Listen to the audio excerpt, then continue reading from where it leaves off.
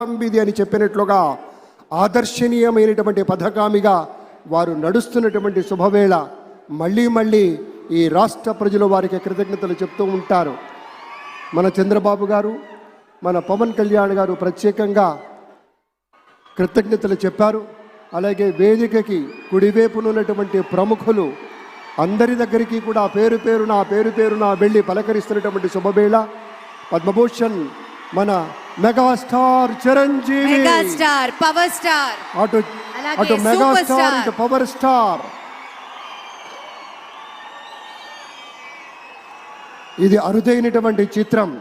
అలాగే మన పెద్దలు బాలయ్య బాబు గారు,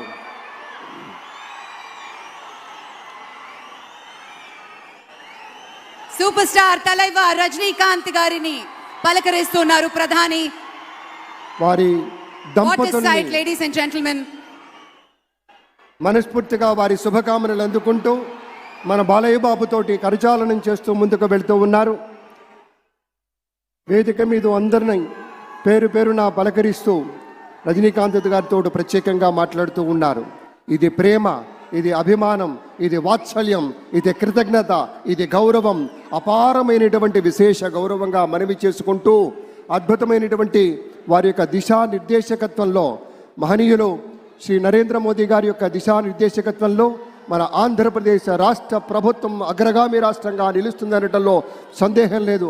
అక్కడ అమిత్ షా గారు, ఇక్కడ మన వెంకయ్య నాయుడు గారు పెద్దలు వారిని పలకరిస్తూ ఉన్నారు. శ్రీ నరేంద్ర మోదీ గారు, ఇది అవ్యాజ అనుబంధం. ఏళ్ల తరబడి భారతీయ జనతా పార్టీ పలకరింపుని మనంతా వీక్షిస్తూ ఉన్నాము. మన రామ్మోహన్ నాయుడు గారిని అందరినీ ప్రత్యేకంగా అభినందించారు మన ప్రధానమంత్రి వర్యులు. అందరికీ ధన్యవాదాలు. మన గవర్నర్ దంపతులకు కూడా కృతజ్ఞతలు చెప్తూ ఉన్నారు.